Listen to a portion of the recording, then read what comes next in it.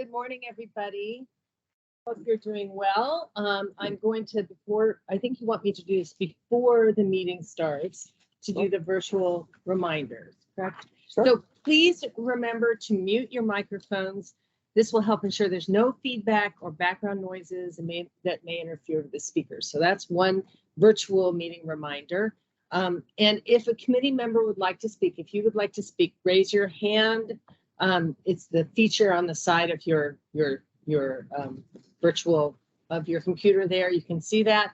And please remember to lower your hand as well after you're done. When you're ready to speak, don't forget to unmute and don't forget to mute again when you're finished. And this is especially important during votes. Even though we're all voting at the same time, we can look at the recording and make sure we get that correct. And as a reminder, audience members are only permitted to speak during the call to the audience. And that includes the safety share. Unfortunately, last time I didn't hold to that, but we will be doing that in the future. And then we want to be sure that everybody knows that the meeting is being recorded to satisfy the open meeting law requirements. All right, great. I'd like to call the order the meeting to order, and I would ask for a roll call. All right. Allison Jones. Here. Armando. Presente. Asia. Claire. Here. Craig. Eric. Here. Matt. Here. Rob. Here. Scott Colt. Here. And Scott Foley, or Steve Foley, excuse me. I'm so sorry, Steve. Here. All right, and we have a quorum. Excellent. Okay, I'm going to go ahead and move on to item B, which is the Pledge of Allegiance. You ready? I pledge allegiance to the flag of the United States of America and to the republic for which it stands, one nation, under God, indivisible, with liberty and justice for all. Yeah, we have to redo it because now the flag's there. You gotta give me time. All right, excellent. Now we're going to move to the call to the audience. Anybody in the audience have any contributions they'd like to share? No? Hearing none, we're going to go on to the safety share. I'm going to say this. I'm sorry it's being recorded because I don't have the complete data in front of me, but I think this is the third month in a row that wastewater has had 0 reportable injuries. Back in the day, many, many years ago, we used to have 30 or more accidents a year, reportable accidents. And we've been down around 10 in recent years. So, I mean, a big improvement, but our goal is and always will be 0 accidents, 0 recordable accidents. And to have like 3 months in a row is pretty impressive. So that's my safety share. Good job. Great. Do any other board members have safety shares?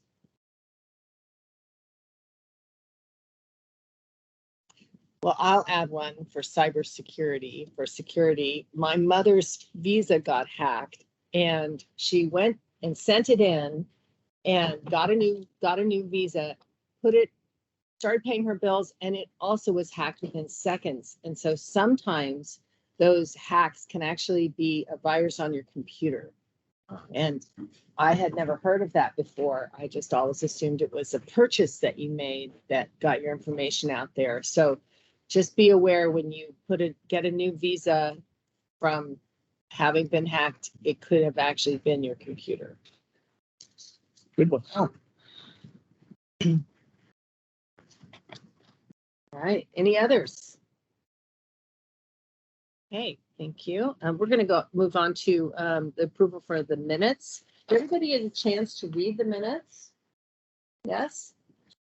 Can I have a motion to approve? So moved. I move we approve the minutes. Is there a second? I'll second. Is there any discussion? Hearing none, all those in favor, please indicate. Vote aye. Aye. Aye. Aye. No opposed. We'll go ahead and approve them. Thank you. We'll move on to the discussion and action. And the first thing is the director's update. Jackson. Okay, thank you, Claire. Good morning, everyone. Thanks for being here. We always appreciate your time. So I'll just go through. I'm sorry, but I always have to identify what I'm going to talk about, so there's evidence of how boring my life is. But nonetheless, I will talk about the compensation study because it seems like there's been an interest from this group as we write, updates from time to time. Well, on October 10th is when the county's big holistic compensation study, I'm sorry, September 10th, if I said October, I meant September 10th, is when we transitioned from the old county system of classifications and pay grades, where we had over 100 different pay grades, numeric and alphanumeric pay grades. We now have 26 pay grades, and everybody transitioned from their previous pay grade to 1 through 26. And the titles for some people stayed the same because they were pretty specific and obvious, but many titles, especially some of the more generic ones, were made into more specific titles for people, so you have a little clearer understanding of what they do. So that all took place on September 10th. And for the first 30 days of that transition, employees were allowed to file appeals if they felt they were mapped or transitioned to an incorrect classification. And there was a published list of the different classifications, and there was probably hundreds of them. So the last information I heard from Pima County as a whole, we were getting close to or near 300 appeals out of 7,000 employees, or approximately 7,000 employees.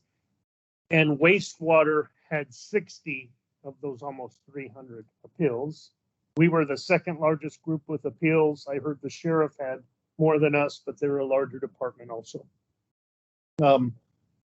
So those appeals are still being reviewed by appeal panels or committees made up of senior management and HR in the county to review the different cases. I'm on the appeal committee. There's a number of us, but I am not, when I'm sitting on the committee, we do not hear any wastewater appeals. So any director cannot hear their own department of appeals. That they leave that to someone else.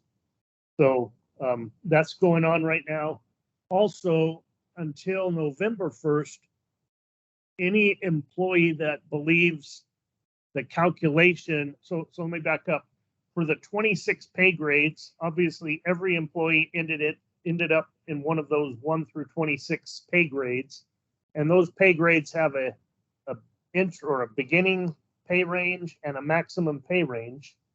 And the county split that range into a 20-year basis, so that if you had 5 years of experience, and I'll explain how the math to get to the 5 years would work out.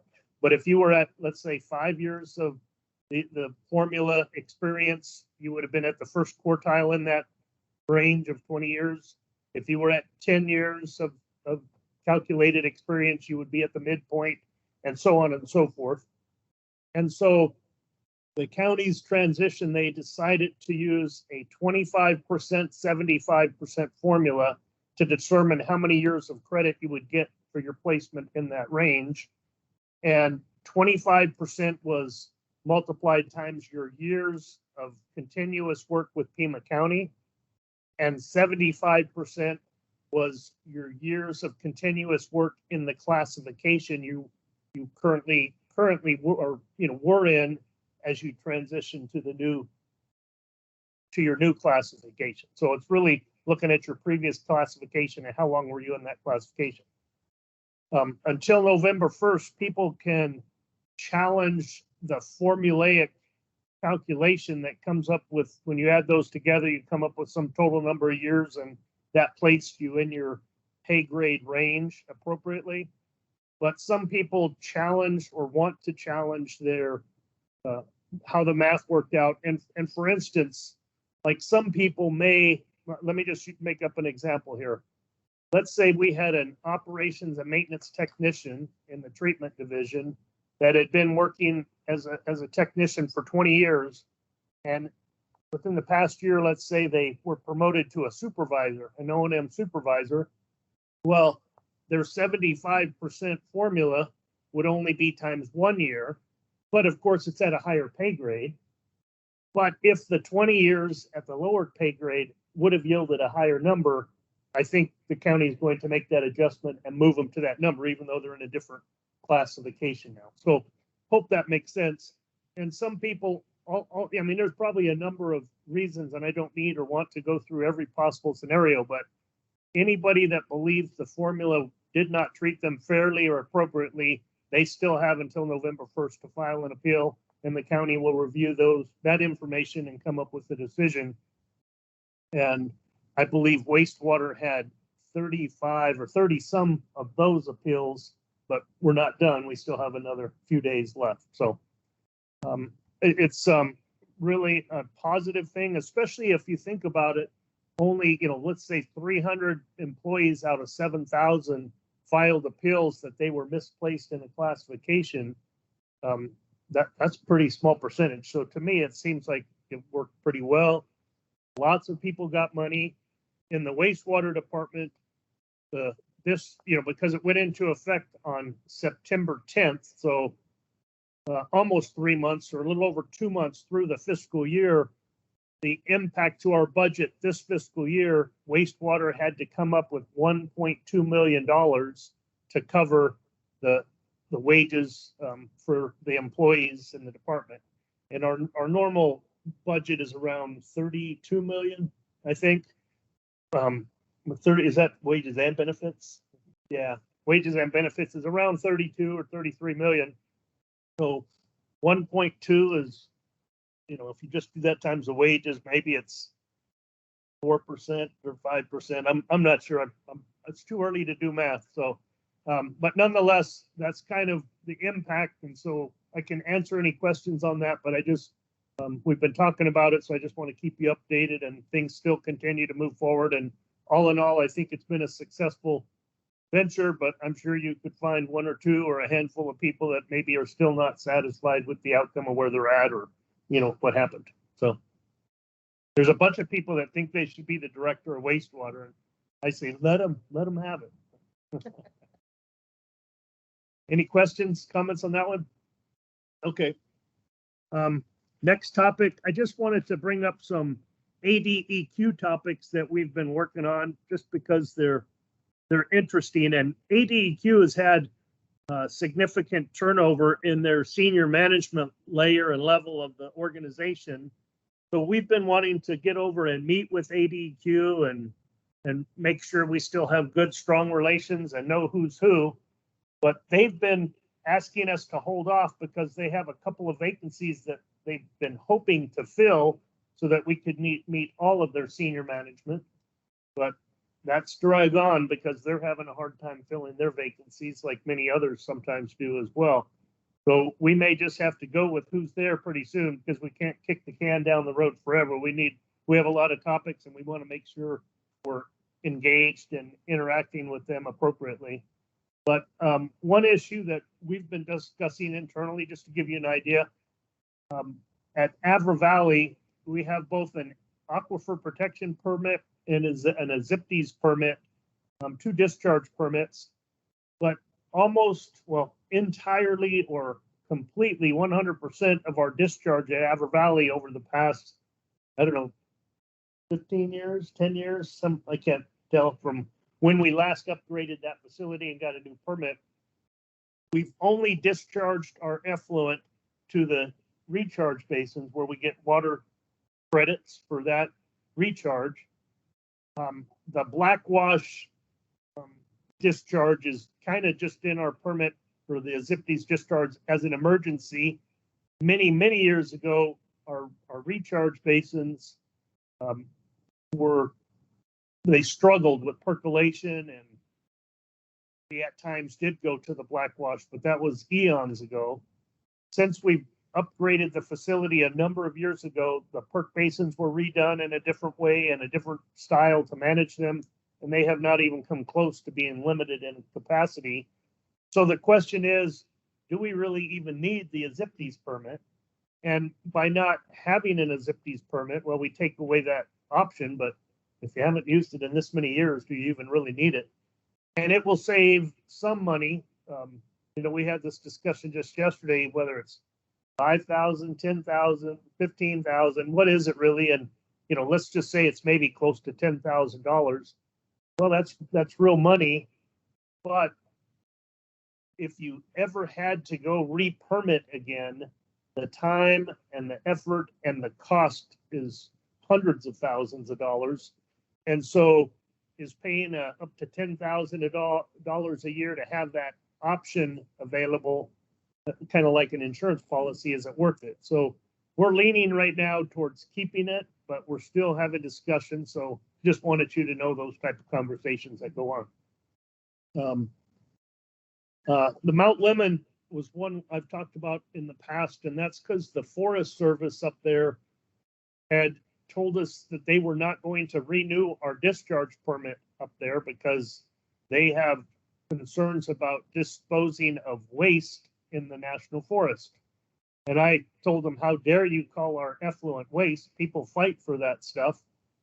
So we had to interact with them, and that really came from Washington, not from the local group. The local group likes the water in the spray field. We spray the national forest and irrigate it and keep things green and wet, and it's a very nice area up there. But formalities with the Forest Service, we had to look at various options, and one of those was, hey, shut down the plant then. Another one was to go to direct potable reuse with the water up there. So it's not discharge, it's actually put back into drinking water, and several other options. Ultimately, the Forest Service, one of the options that in discussion with them, I can't remember, Max could probably tell me, but it was like wildlife enhancement or something like that. Wildlife watering would be a But is trigger it for called wildlife enhancement, or is it wildlife watering? by ADEQ? It's more of a wildlife watering. No, but by the Forest Service, it was their option. A water source. Water Wildlife source, water yeah. source. So the Forest Service got back with us and said, no, we'd like you to keep working up there, but if you could put like a little, wildlife drinking structure, a little pond or a trough so that wildlife could drink from the water, that would be a beneficial use for the forest, and we could continue with your permit. So that's where we're now leaning. They finally came back with that. They're not in any rush they're letting us operate under our old permit until this all gets worked out, but it could take a while to get it all finalized, but likely that's what we're going to do. But even with that sounds like good news, and we'll continue business for the most part as usual with a small investment in a wildlife water trough. We still are going to evaluate working with the Mount Lemon Domestic Water Improvement District, and look at direct potable reuse still, because they're very interested, and we think it might be a good thing to get more publicity and information going in the community about the very likely scenario that many communities will face as water is a challenge for people. So just FYI on that one. Also, another thing that, oh, by the way, I always worry whenever, by doing what we're doing, by going to a new wildlife drinking water up there, that opens us up from ADEQ side, from a general permit that we currently have to an individual permit. And anytime you do that, they could say, hey, we want you to do this, that, or the other thing also to be bad cat, best available demonstrated control technology. We think the plant is bad cat, but there's always a chance that there's some new rule or something that they don't necessarily agree with us on. And so there could be some added costs in that arena, but we'll cross that bridge when we get there. A new thing that just happened also, ADEQ, which typically inspects all of our facilities on a regular basis, as they do any permitted facility in the state. They started to, maybe with the changing of the guard or the new group that's over there, they've started doing surprise inspections or unannounced inspections. And, I think we're very established and professional and ethical, and it doesn't really do anything for us, but it sure is troublesome when all of a sudden they show up because they want certain information and certain records, and the people at the plant may or may not have quick access to those records. So we have to scramble and send the experts that know where everything is so we can satisfy their requests. And it's just kind of I'll call it a goat rodeo. So I would hope that they would evaluate the benefit of that, or, there may be places it's appropriate, but I don't think Pima County is one of those. And that's one of the discussion topics we want to have with them. But in the meantime, if that's how they do their business, we don't have any concern. It's just, it may take them a hell of a lot longer to do their inspection because getting the information or finding the what they're looking for could be take longer when we're not having people readily available for them. And once people are off doing their thing, it's not easy sometimes to break away just to go meet with them out there. And like the last one happened a month ago out at Green Valley. And so fortunately we had a few people scramble and get out there and got them everything they need. It passed well, no problems, but it was kind of a pain in the butt though. So let's see, what else do I got? Oh, I was given some information that the EPA next year is going to embark on an additional PFAS study of the 400 largest wastewater facilities in the United States. Pima County has 2 of those 400, obviously Tres Rios and Agua Nueva. I think Tres Rios was number 100, one being the largest. We're number 100 at Tres Rios, and I think we were 140 here at Agua Nueva. That's great. I think the community and ourselves, we're always wanting to know more about the PFAS and again, where that's going in our communities. But the bad news, if you want to look at it that way, is they're going to require those 400 facilities to pay for each of their respective studies. So it's not like they're coming to pay for it and do a study. They're going to make us pay for the study. Have no idea what the detailed scope is yet or what it will cost us. But we will be participating in the, next fiscal year, I believe, is when that will start. Just another one of my boring topics to bore you with. Recently, the Pima County Regional Flood Control District is taking over some of the Cal Portland sand and gravel pit operation here near Orange Grove and Interstate 10. And with that, there's a certain amount of material that they need to have moved, dirt, some dirt, I'll just call it free dirt that they need moved for their plans. And it just so happens wastewater obviously is very close by, so it's a very short haul. So we are going to take some of the dirt and pay a contractor to haul it for us. And we're going to haul, it's about 160,000 cubic yards, and we're going to haul 50 or 60,000 of it right there to Tres Rios to do our solar drying project, where we're going to dry our biosolids with with heat from waste heat and from solar panels. And so that's perfect. We can pay for that dirt haul and charge it against a capital project because it's depreciable because we're building an asset. We also have a capital project where we're putting in a conveyance pipeline out in the Prudence area, and there was an adjacent landfill that we will have to remove some materials and put in some dirt. It's a smaller amount, maybe 20,000 cubic yards. But again, that has a capital project to charge it against, and that'll, be a cheaper cost than if we had to buy dirt or haul it from further away. The remaining part of the dirt flood control would like hauled away. We thought, great, we'll take that over at Roger Road, because we know eventually we're going to demolish structures and there's underground tunnels and many things that will require backfill. And so what a great place, but to store the rest of that dirt, because it's fairly close and it's free, other than the hauling cost. But there is not a project at Roger Road. There isn't something that we could depreciate that dirt haul against. So we may not be able to take advantage of that opportunity because the only other way to pay for it would be out of operations and maintenance expense. And I do not have a surplus of operations and maintenance expense.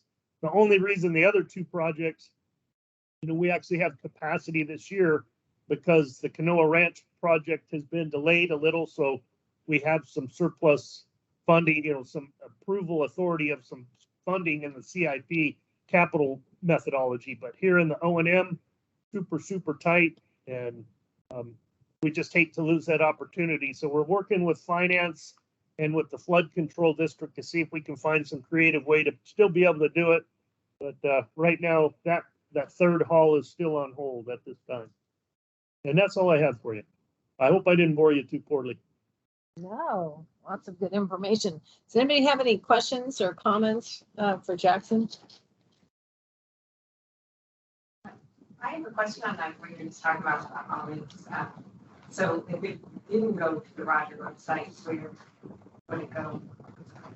It's really a flood control issue, and I haven't asked them what other options, but there's always places you could take there. We always have projects, and if that's not hard, it's just how far you have to haul it is typically drives the cost. And so it's convenient that wastewater happens to be strategically close to that. And so it's actually $15 a yard. So, I mean, to haul 160,000 cubic yards, you're looking at, $2.5 million to do that. And so you can imagine if you had to haul it across town somewhere, it could be quite a bit more expensive. So I don't know where they're going to go with it if we don't ultimately get it. All right. Any other comments or questions? All right, we'll move on to the next item, which is the conveyance division update. And we have Eric Wewald here, Deputy Director here, and look forward to your presentation. Hey, now for something completely different. Thank you all very much for the opportunity to showcase. Hold on, I'm sorry, Eric. There's a question. Go ahead, Eric. He wanted to say, "What great, another Eric. This wonderful." Hey, what Go ahead. I'm curious about is the fact that they're going to be doing the PFAS study. You haven't seen the scope of the study, so we don't have a cost that's going to be impeded to our budget. And will you be able to get those costs before the budget process is worked on, or will it be after the fact, do you think? Thank you. Great question, Eric. And we plan to budget. We will put something in the budget for that amount. It may be a swag, or it may be a closer realistic value. We will definitely be in touch with the folks associated with that study with EPA to see if we can close in on something bigger or smaller than a bread box. But there will be a budget item. We hope it's going to be somewhat accurate, but I can't say because at the moment, we're getting into the budget process now, and we do not have that information yet. So it's just going to be a timing issue, but we will put something in there. And we have done some PFAS work, so at least we know some of the costs associated with analyzing for PFAS and sampling for PFAS, but that doesn't still clarify what the magnitude of their scope is. Go ahead. The interesting thing about this study, different from the other EPA and state studies, is that this will also focus on industrial users. So they want each plant that they've selected to then identify anywhere from 2 to 10 industrial users to go out and sample in addition. So more sampling in addition to the influent, effluent, and biosolids that are also included in the scope. Yeah, good point. I would imagine that the utilities that only have to do 2 are going to be on the smaller side, and the utilities that have to do 10 are going to be on the larger side, both because they're going to have a bigger bank account to choose from, and the impact's going to be smaller, and there's going to be more industrial users in those larger areas. But that's still unclear. Thanks. All right. Sorry, I didn't see your hand raised. I'll try and keep a better lookout for that. So let's move on to item 2 then. Eric. Very good. Thank you. As I was saying, thank you for the opportunity to present a little bit more information on one of our key operating units within our department. Today, I'll be introducing to you the conveyance division for those that are new to this committee. And for those that have seen this before, hopefully we'll be providing some new updated information. I'm going to give the short first part of the section, and I've asked Mr. Joe Siva, who manages the asset technical side of the conveyance division, to give the second part of the presentation. He has 15 years of experience and has been heavily involved in moving the conveyance division to a much more technical approach to doing our maintenance and management. So I think you'll find his information very interesting. I'll start with slideshow, and it's an aerial photograph of our facility out at Dodge. This is not it. Nope.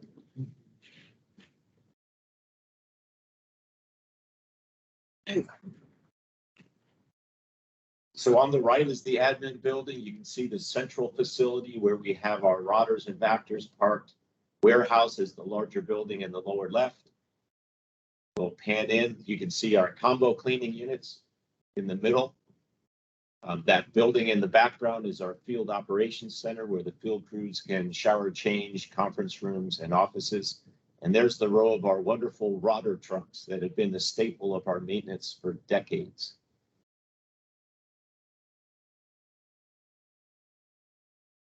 It'll get there. Okay, yeah. And again, the new facilities upgraded on the right facing Dodge Boulevard are administrative offices. Division structure, we have an administrative group, and in parentheses are the number of personnel. Asset and CCTV, that's what Joe will be talking about. We have a safety team. Gravity and training are the field crews. We do operate 28, 29 pump stations with odor control. And the number of vehicles down below, 3 in-house CCTV trucks, 7 combo, 13 rotters. That's what keeps our sewer systems 3,000 plus miles flowing freely every day. It's incredible the work that they do. One of the key responsibilities of the administrative team is customer service. And we get a lot of vector complaints. We've moved to an online system, and Joe, I think, will mention some of that. They can call in, they can reply online. As usual, our vector complaints peak in the middle of the summer. We contract out the spraying, and they take care of those on emergency sprays, as well as having a PM with vector control.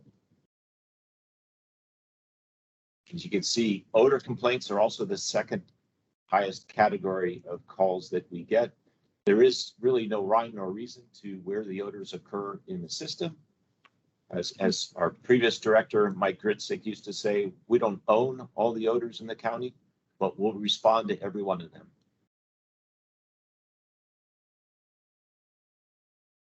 Hopefully you can see the map, and this just shows where we put in odor control facilities, whether it's chemical dosing unit or a biofilter that withdraws the air and treats it.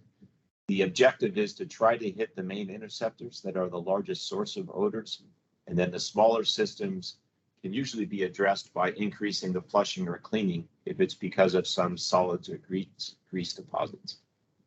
And we do monitor it daily, and we've got a very active crew looking at the data and responding to try to keep the odors under control in the system. Primary purpose of our division is to eliminate sanitary sewer overflows, and historically, the division has done a fantastic job of reducing the number of SSOs in the system. We're far below the national average. You can see the count right now by fiscal year. I'm not going to talk about fiscal year 23, 24, so I don't jinx it, but you can see that it looks very good. And of course, there's a number of causes of SSOs. Some we do ourselves by over-aggressive cleaning. A lot are done by vandalism and just roots and grease building up into the system. Now I'm going to turn it over to Joe, and he'll take on the rest of the presentation.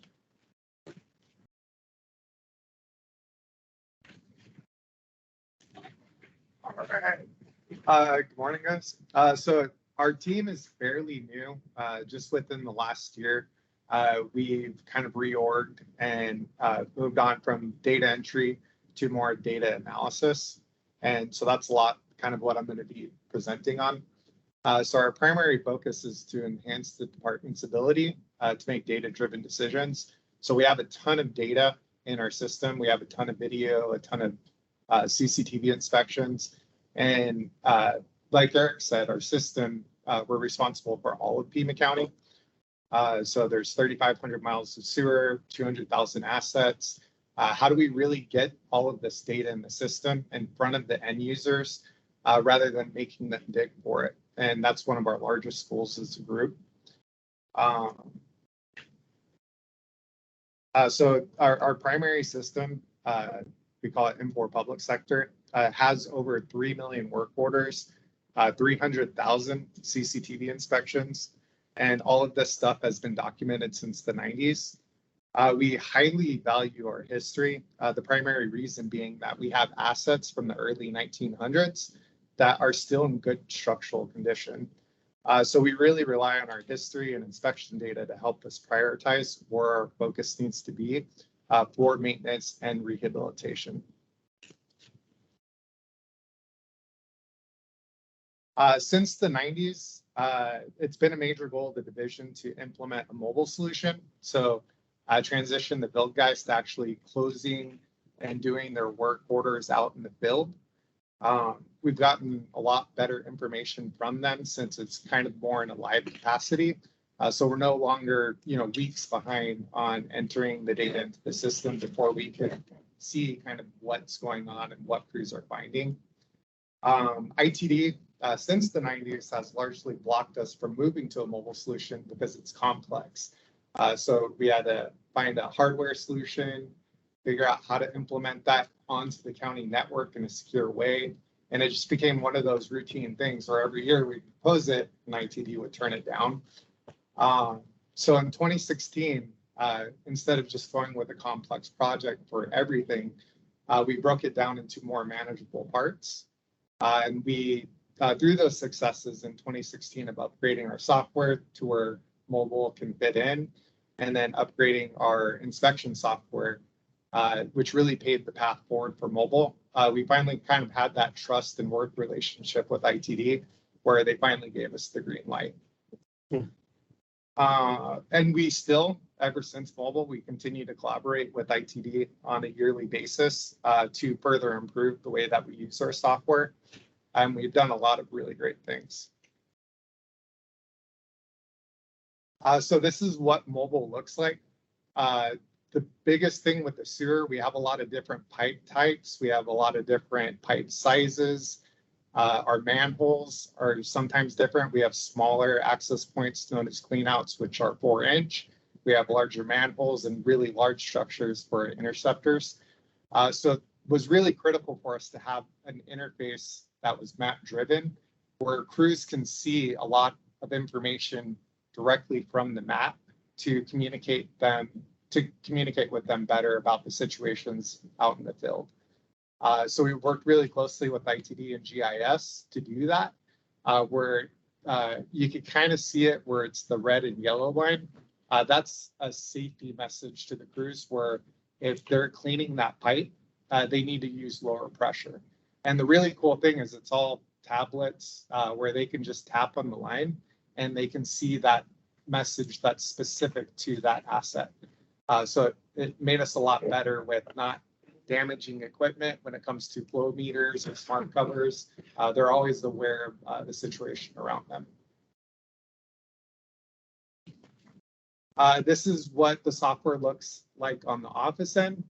So with mobile, going away from paperwork, the biggest thing or the hardest difficulty is making sure that that paper that traveled, between office staff to supervisors to field staff, back to supervisors and back to office staff, that digitally it always stays visible.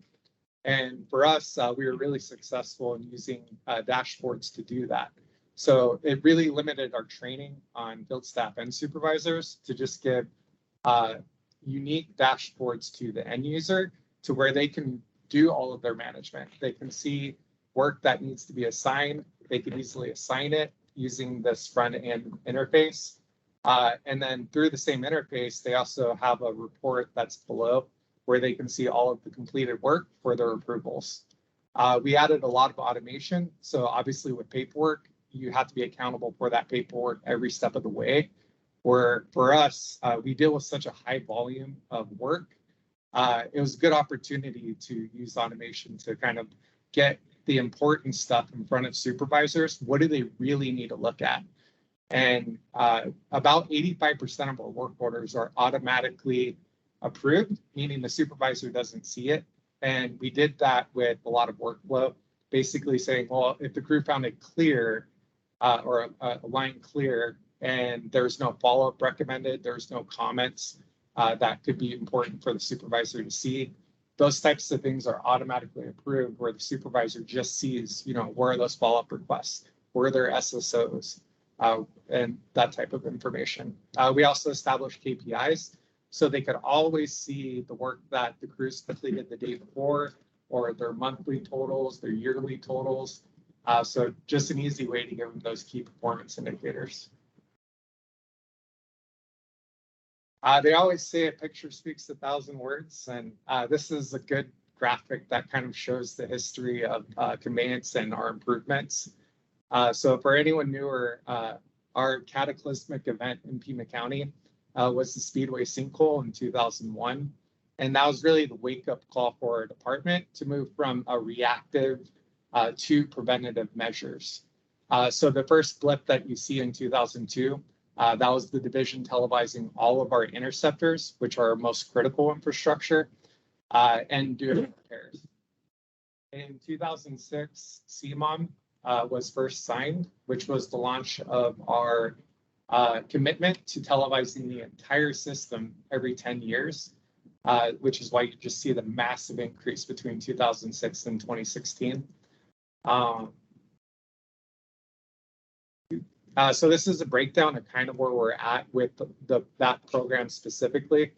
So you can see between 2006 and 2016, we completed 100%. We broke out the interceptors into a more condensed cycle. So every 5 years, since there obviously are more critical infrastructure, we want to make sure that we stay on top of those. So we started televising those every 5 years. We're currently 85% through our second cycle. And it's one of our big things to focus on continual improvement, which you'll see kind of coming up. So we're still evaluating the program now that we're ending our second cycle and kind of how we can further improve that program. So one of the byproducts of us knowing a lot more about our system is the launch of the rehab program, where they spend annually about $15 million. And even through our second cycle of CCTV, we've learned a lot of things that we didn't know for our first cycle. The biggest one being asbestos cement pipe and how much that pipe type can deteriorate. And it's been a large focus of the rehab program. About 30% of our pipes in our system are ACP type pipe. And so it's just been a really good candidate for CIPP to prevent failures. For anyone that remembers 49er subdivision, they have higher water tables out there, and we had a pretty major sinkhole, and that pipe type was ACP, where the water tables just completely turned the pipe into mush. So it's been a continued focus for the division. One of the biggest things that our newly formed team has been focusing on is preventive maintenance. So through the last 30 years, the 90s, the division's done a really great job of reducing the SSOs on average from about 300 a year to below 30 a year. And a big part of that was our preventive maintenance program, where we put a lot of lines on some type of routine schedule to prevent SSOs from occurring. One of the biggest things that we learned is that through that 30 years, there's likely a lot of lines that have been added that were one-off SSOs caused by either construction events or random occurrences that likely don't need to be on PM. And so our team has really focused on that program in general. And our estimates from our initial analysis was that we could remove at least 30% of those. So again, complex project. It wasn't our first go at this. The divisions tried PM optimization a few different times. But now we have this wealth of CCTV information that really helps us understand our structural and maintenance needs. So it became a really great tool that we now have access to and we could leverage. So we broke it down into 5 different phases, which made it more manageable. We're currently in phase 3. So I'll talk shortly about kind of our success with phase 1 and 2. So the last phases will be future-proofing it. So we'll use software and innovative workflow to try to prevent the next generation from ending up at the same spot where they have to go back and kind of redo this. So in phase 1 and 2, we removed approximately 60%. So we well over kind of our initial estimate of what we thought we were going to hit. 60% of the removal of those preventive maintenance activities resulted in an annual cost savings of about $635,000 in labor and equipment usage and 1,156 days of work that can now be focused in another area. Our 2 primary activities are flushing and rotting, which Eric did a good job of introducing. So those are our combo trucks and our rotters. And that's the percentage of those activities that we removed. Yeah. So before we go to questions and the fact that the Diamondbacks are in the World Series, I'll use the baseball analogy to say that I think you know that October 1st, Jaime Rivera and I switched positions of deputy director. So in the analogy of leaving runners on the base when you switch a pitcher, credit goes to Jaime for his management of this division and this work. I'm just able to give the presentation, but history all goes to Jaime. So thank you for that. Open to any questions. I also just want to chime in something that Joe said, you know, the reduction in work and, you know, the positive results of sewer overflows and stuff. That also credit goes to our industrial pretreatment IWC group for their management of keeping grease out of the system, and to a pretty long campaign of what not to throw in the sewer that's gone out to the community in many, many different formats to educate them about pouring grease in the drain, which is one of the big reasons for overflows. So it's just keeping the sewer clean is a good thing. So that's all. Well, I'd like to comment that, you know, having been involved with wastewater for 25 years, I recall all of those changes, like when Simon came on and so forth. And I remember at the time it was pretty desperate. You had to figure out what to do. And I just want to commend you on a really outstanding job, systematically changing your approach, and also the financial support to do that. This is not a small undertaking. There's, I'm sure, a lot of convincing that went on to make that happen. I did have one tiny question, which was, how does over enthusiastic cleaning cause an SSO? It's the pressure in the combination units. It's a pressure hose that goes down the sewer. And in some areas, because of a shallow sewer or unique design, that high pressure will actually bubble or blow out a toilet or a shower. It'll force the wastewater back. And so we have those areas that we are aware of, marked in maintenance, big red letters, use low pressure. Sometimes you find new areas. Sometimes we accidentally go back to old areas without the training. So it's all part of getting the right information to the staff to operate the system in a very refined manner. Interesting. It is very refined. It's pretty impressive. Does anybody else have any comments or questions for either of any of these people? No? Okay. All right. Well, amazing. So great. We'll move on to the financial subcommittee report. Matt? Yes, thank you. Thank you. We did not have a financial subcommittee meeting during the past month, but we anticipate, as every year, having one probably in January to review the financial plan and budget of the department. And then probably another follow-up meeting in March to look at the final financial plan and budget, and then make recommendations to the full committee on approval of those documents. The only other thing that I'd mention is that we do have a 5-person committee that's currently only 4 of the seats are occupied. When Corinne left the committee, she left a vacant seat on the financial subcommittee.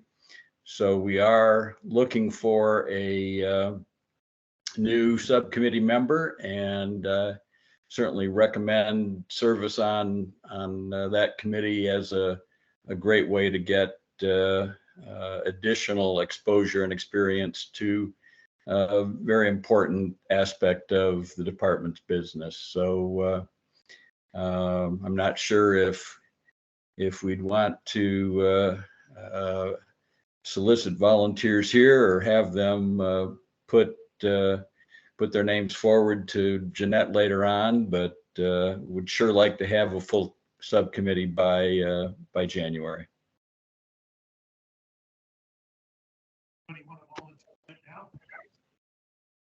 Sorry? Seeing if anybody wants to volunteer right now, like you asked. Do you have a new EPAC Not yet. but by January? We hope, Hopefully. we hope. Hopefully. Yeah, well, if somebody thinks about it and changes their mind, please get with Jeanette and let her know of your interest. And at our next meeting, if we have somebody that comes forward, we'll let you know, Matt. And if we have more than one person, we'll have an election. Very good. Thank you. Then we'll move on to the CIP subcommittee report. Asia? Nothing new to report from the CIP subcommittee, but I do want to thank Craig for stepping up in September. I think it was, I had looked at the minutes. I missed the last 2 meetings. September, I was unintentional scheduling issue. So apologize for that, but thanks for giving that report. We had met in the end of July to review the additional things we did for the CIP committee. And then we also will be meeting January to be scheduled and looking at the 5-year CIP and making recommendations after that. Thank you. And number 5, we have the period 3 expense and revenue. And Isaiah Santana, are you available? There it is. Hello, good morning, everyone. I'll share my screen.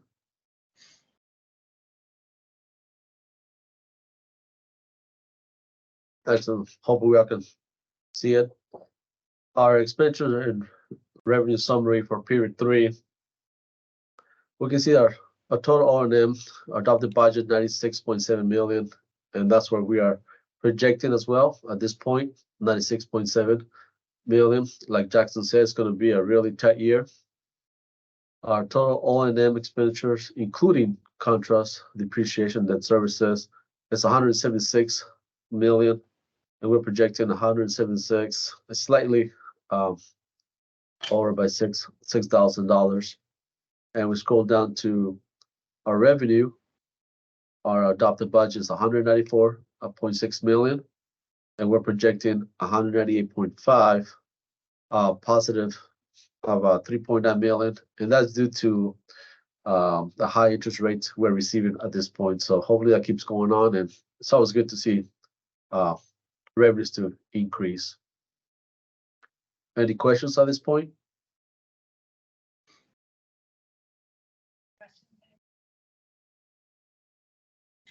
Excellent. Thank you. Thank you.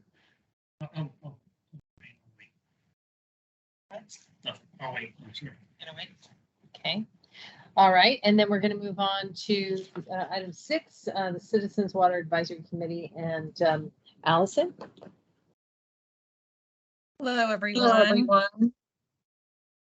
CWAC met on October 4th, and the director reported that the One Water 2100 draft plan was examined by Mayor and Council in a study session. And the One Water plan was well received by Mayor and Council. It went out for public comment, and one of the most common questions from the public was, how can Tucson continue to keep growing as a community with a water shortage? That question and many others are answered on the FAQ page on the Tucson Water website. But just to give you a little spoiler alert on that, the 2100 plan does anticipate population growth, but no increase in water uses from today's per capita use. Basically, Tucson Water is seeing that water use and population have been decoupled. Population is no longer an indication of how much water we're using. Let's see, potable demand was up in August. Construction meters are down, however, because of lower construction demand. Tucson Water continues to have similar problems with filling vacancies that we see all over the city and the county, but they are making headway on that. One of the big things that Mayor and Council is considering is a small farms rate. And so Tucson Water is working with the city to have a pilot program for a small agricultural entities. And right now they're paying $2.36 per CCF. And that's the community garden rate, and that any small farms, and there are only about 10 of those that would qualify, are going to get that rate for a while. And Mayor and Council is going to consider eligibility requirements, see how this works with those water users, and if it's favorable, the rate will be made permanent. There are some really strict guidelines on who can be accepted into that. Colorado River update. We're going back into Tier 1 shortage in calendar year 2024, which is good news. The city has left a considerable amount of water in Lake Mead. Next year, they'll leave 30,000 acre feet. And that does give to the city of Tucson some extra money to spend. And a lot of that is going to be going into Northwest Wells and a PFAS project, CAVSARP, SAVSARP updates, SHARP, advanced metering and advanced metering implementation. So that really summarizes the last CWAC meeting and concludes my report. Thank you. Any questions? How can we find out more about those restrictions for small agriculture, such as acreage or crop type and so forth? Do you have a contact or a place for us to learn about that? Well, let me just tell you what you to be eligible to be in this pilot program and get that rate, you have to be a Tucson Water customer, either inside or outside the city limits. The landowner organization must live in or have primary headquarters in Tucson Water Service area. The customer must have an irrigation meter. They must grow on 3 acres of land or less. They must sell products through at local venues for local consumption, including farmers markets, community supported agriculture groups, or local vendors, restaurants, etc. And it all has to be food for human consumption, so no animal feed.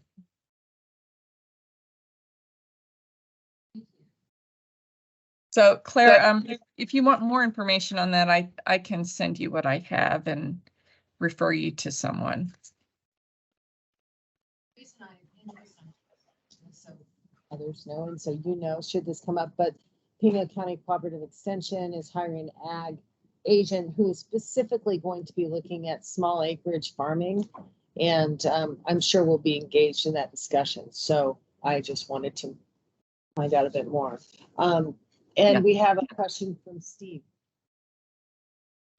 Yeah, I heard that there was a lawsuit that successfully overturned the differential rate structure for water. Can you tell us anything about that? That is true. It has been overturned, the differential rate, if you live outside of city limits, on the grounds that they didn't do a proper cost of service study. So Tucson Water and City Council, I guess, are planning to go ahead with doing that cost of service study, and then trying to reinstate the differential rates. They didn't tell us much about it except that because it's in the legal realm, I guess, and they didn't want to say too much, but I do know that. Great, thank you. Any other questions or comments? Allison? Nope. Okay, we're just moving right along here. Future agenda items. Does anybody have any future agenda items? What's in our work program for next? Thank you. Can't remember. Okay. Yeah. So we're moving into our November meeting. It's going to have the director's update, the budget, and the work plan. So that's where we are right now. This is where I just wanted to chime in. You know, I had our monthly meeting between us and finance, wastewater and finance. We typically meet monthly and discuss items, but, you know, I'm extremely proud and happy that we've gone the last 7 years without a user fee increase. You know, our fees have been set and we haven't had to raise them, which is unheard of, and inflation and all the things that have gone on. But we're really tight, and you know, we have a lot of work ahead of us. But there were, you know, 6 things I brought up yesterday, just as that were on the tip of my mind or tip of my tongue, that are definitely going to be upward pressures. And so again, looking at, is it possible that we'll have a rate increase or need a rate increase? I mean, time will tell, but because the financial plan and the budget is an important part of this committee, you guys might want to make sure you're having the appropriate discussions. But those 6 items are, I mean, obviously everyone's aware interest rates have gone up. So the money we continue to borrow for capital is now at a higher interest rate. So that's going to cost more. The, you know, this little minor one, but we are putting in for a $500,000 grant for Roger Road that will be we won't have to match funds. It'd be 100% funded.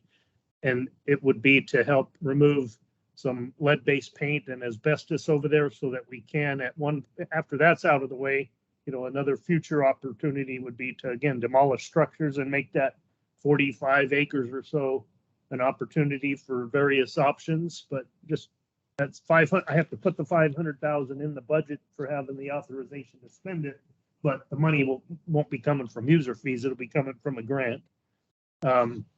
The EPA PFAS study Eric asked about, I don't know how much it's going to be, but we'll find something to put in there. Another one is a pretty big expense is PC Win radios, the big county radio system. We have quite a few radios in our wastewater operation.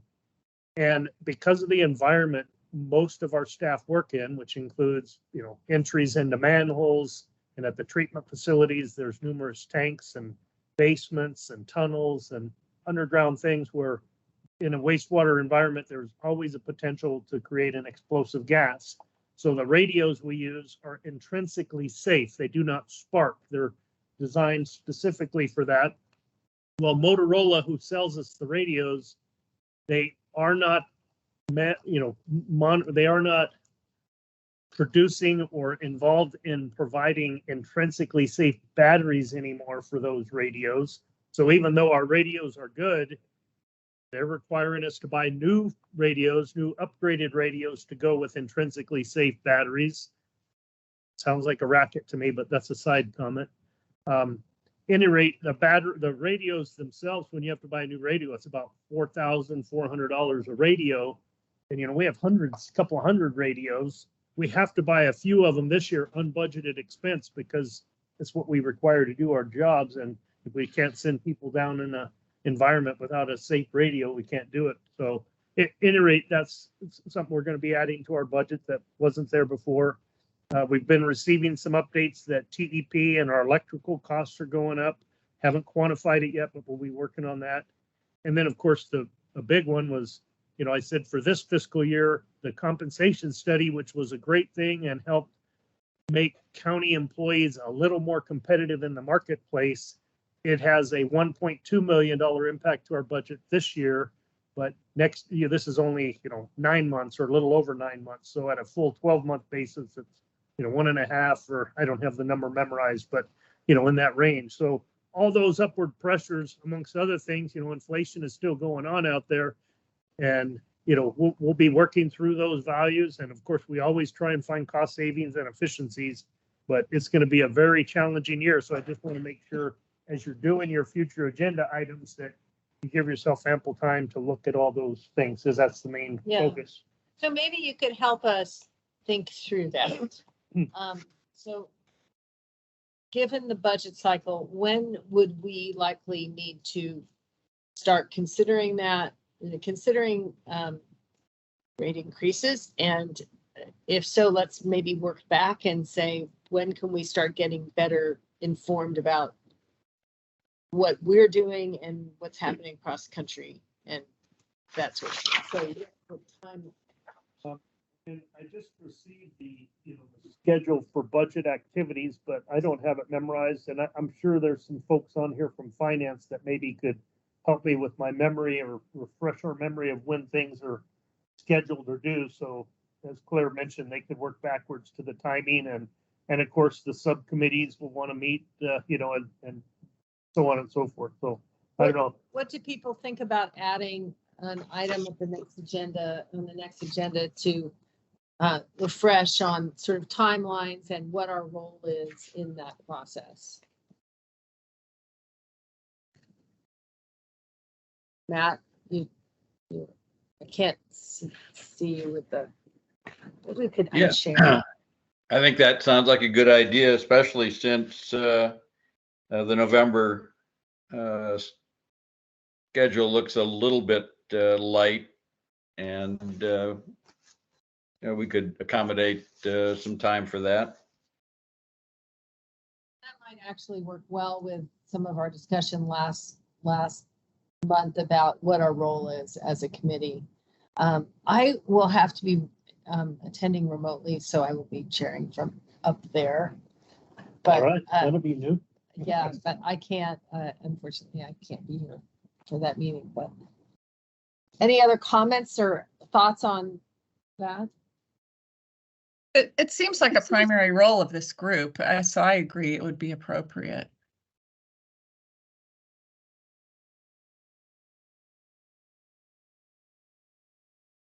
Right. Good discussion. And then we have our final call to the audience. Just a second. Oh, yes. What? Who's sharing? Roy? Oh, Roy, is there a reason you're sharing your screen? Okay, never mind. Like, what are you talking about? Okay, got it. That's so good. We can see you now.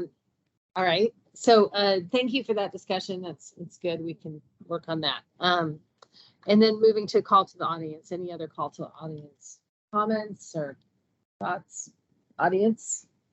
I was just going to throw out there, I don't know if I can be audience at this point, but there are wonderful breakfast burros over here that you I didn't even know that. all of you on the teams out there are missing out. I'm Not to gonna- make you want to come I here, would but have to start coming earlier again.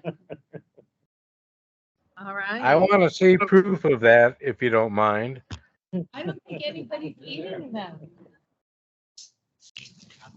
There they are. yay.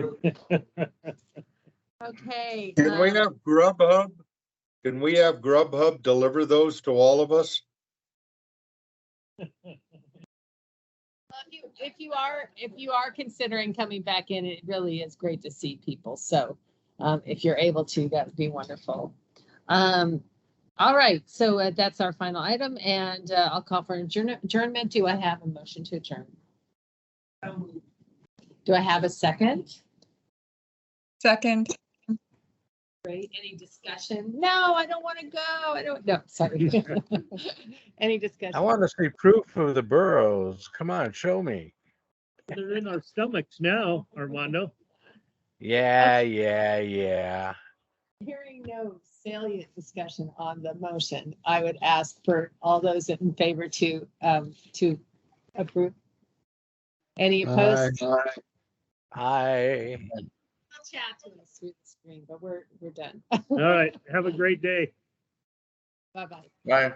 Hey, be careful out there at Halloweeny Bye. because Thanks, the everyone. spooky people will be out. Go D-backs.